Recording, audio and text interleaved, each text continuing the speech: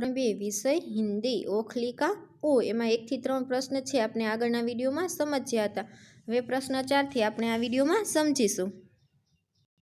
પ્રશ્ન નંબર 4 પઢો શીખો ઓર લીખો વાંચો શીખો અને લખો। નીચે શબ્દ આપ્યા છે એ લખતા શીખવાના છે અને વાંચવાના છે। એમાં ટપકા કરીને આપ્યા છે એ જોડીને લખવાના છે અને પછી નીચે 2 લીટી આપી છે તેમાં ફરીથી એ શબ્દ લખવાનો છે। પેલું છે અશોક, નીચે ટપકા કરીને આપ્યું છે અશોક, એ જોડીને લખવાતા શીખવાનું છે અને પછીની 2 લીટીમાં અશોક શબ્દ લખવાનો છે। મોના, જે નીચે ટપકા કરીને આપ્યું છે મોના, એ જોડીને લખવાનું છે અને પછીના 2 લીટીમાં મોના શબ્દ લખવાનો છે। મોહન, એમાં પણ નીચે ટપકા કરીને મોહન આપ્યું છે એ જોડવાનું છે અને પછી 2 વખત લખવાનું છે। સોના, એ પણ ટપકા કરીને આપ્યું છે એ જોડવાનો છે અને પછીની 2 લીટીમાં શબ્દ લખવાનો છે।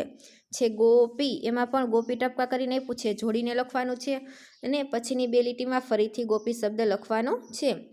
રોજ, એમાં પણ ટપકા કરીને રોજ શબ્દ આપ્યો છે નીચે, એમાં ટપકા જોડીને લખવાનું છે અને પછીની 2 લીટીમાં રોજ શબ્દ લખવાનો છે। ઢોલી, પછી નીચે ઢોલી પાછું ટપકા કરીને આપ્યું છે જોડવાનું છે અને પછીની 2 લીટીમાં ઢોલી શબ્દ લખવાનો છે। ઓજ, એમાં પણ છે ઓજ શબ્દ આપ્યો છે એની નીચે પાછો ઓજ શબ્દ છે ટપકા કરીને આપ્યો છે જોડવાનો છે અને બાકીની 2 લીટીમાં લખવાનો છે। प्रश्न नंबर 5 ओसे शुरू होने वाले शब्द को खाने में राइट करो। એટલે ઓથી શરૂ થતા શબ્દની સામે રાઇટ કરવાનું છે।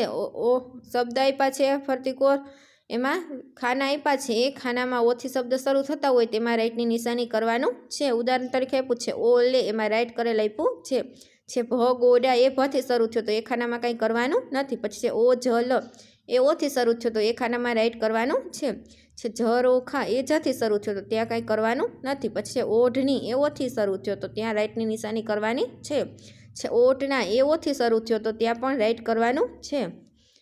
प्रश्न नंबर 6 ओ को तीर की दिशा में पढ़कर शब्द बनाओ। ओने तीરની દિશામાં વાંચી શબ્દ બનાવો।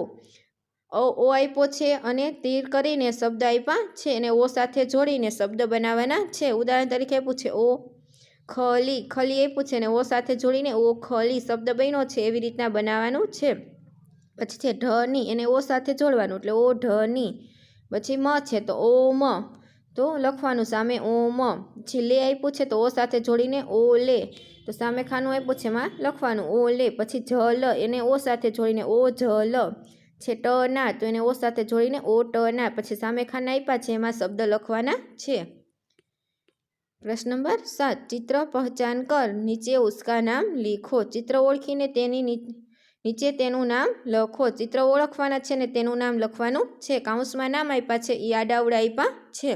ખરગોશ, ઢોલક, મોટર ને મોર। એમાંથી ચિત્ર ઓળખીને નામ શોધીને લખવાનું છે। પેલું ચિત્ર છે મોર, તો હિન્દીમાં પણ મોર જ કહેવાય, તો નીચે લખવાનું મોર। પછી છે સસલું, તો હિન્દીમાં કહેવાય ખરગોશ, તો શબ્દ નીચે લખવાનો ખરગોશ। પછી છે ઢોલ, તો હિન્દીમાં કહેવાય ઢોલક, તો નીચે શબ્દ લખવાનો ઢોલક। પછી છે મોટર, એને હિન્દીમાં પણ મોટર જ કહેવાય, તો નીચે મોટર શબ્દ લખવાનો છે।